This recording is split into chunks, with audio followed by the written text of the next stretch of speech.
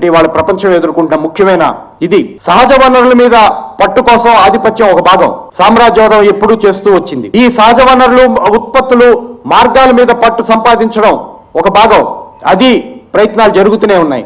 కానీ ఇవాళ మళ్ళీ సోషలిజం మీద, సోషలిస్ట్ సిద్ధాంతం మీద, సోషలిస్ట్ దిశగా వెళ్తున్న ప్రయాణం చేస్తున్న దేశాల మీద కేంద్రీకరించి దాడి జరుగుతోంది. దీనికి కారణం ప్రపంచ ఆర్థిక సంక్షోభం. ఈ ఆర్థిక సంక్షోభం ఉపయోగించుకుని ఆర్థిక సంక్షోభం నుంచి బయటికి రావాలి అంటే పెట్టుబడిదారీ దేశాలు, పెట్టుబడిదారీ వర్గాలు అనేక మార్గాల్ని ఎంచుకుంటున్నాయి, ప్రయత్నాలు చేసినాయి. ముందు కార్పొరేట్ సెక్టర్, కార్పొరేట్లకి బైలౌట్ ఇవ్వడం, ప్యాకేజీలు ఇవ్వడం ద్వారా సంక్షోభం నుంచి బయటకు వస్తాం అనుకున్నారు, సాధ్యం కాల. పొదుపు చర్యలు రుద్దడం ద్వారా బయటకు వస్తాం అనుకున్నారు, సాధ్యం కాల. ఇవాళ అతి మితవాద ఎక్స్ట్రీమ్ ఫార్ రైట్ ఆర్గనైజేషన్స్ ని, ఫార్ రైట్ ఫోర్సెస్ ని, ఫార్ రైట్ పార్టీస్ ని పోషించి పెంచి వాటి ద్వారా ప్రభుత్వాల్ని ఆక్రమించుకుని ప్రజల మధ్య ప్రజల ఐక్యతని దెబ్బతీసి వాళ్ళ దోపిడీని కొనసాగిస్తూ సంక్షోభాన్ని నుంచి బయటికి రావాలని ప్రయత్నం చేస్తున్నారు. అందుకనే ప్రపంచవ్యాప్తంగా మనకి ఈ ఫార్ రైట్ ప్రభావం పెరుగుతూ మనం గమనిస్తాం,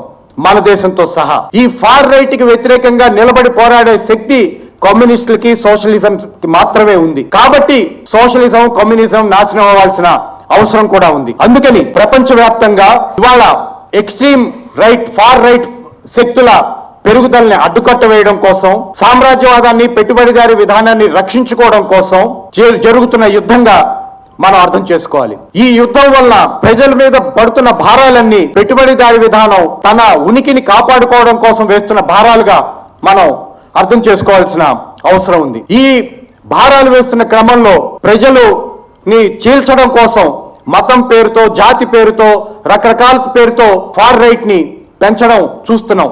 అవి పెరగడం కూడా జరుగుతోంది. కానీ వీటితో పాటే ప్రజల్లో కూడా చైతన్యం క్రమంగా పెరుగుతోంది. వీటికి వ్యతిరేకంగా పోరాటాల్లోకి వస్తున్న ఘటనలు కూడా మనం చూస్తున్నాం. ఇవాళ నోయిడాలో కార్మికుల పోరాటం కానీ, లేకపోతే ఢిల్లీ చుట్టుపక్కల ప్రాంతాల్లో కార్మికులు వాళ్ళంతటా వాళ్లే స్పాంటేనియస్ గా పోరాటాల్లోకి రావడం కానీ దేనికి చిహ్నం?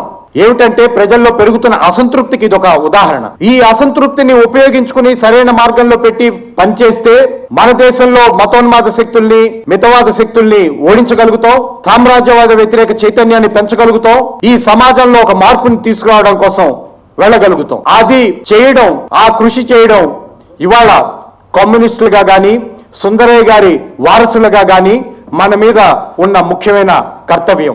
ఆ పని చేయడమే సుందరయ్య గారికి మనం ఇచ్చే నిజమైన నివాళి.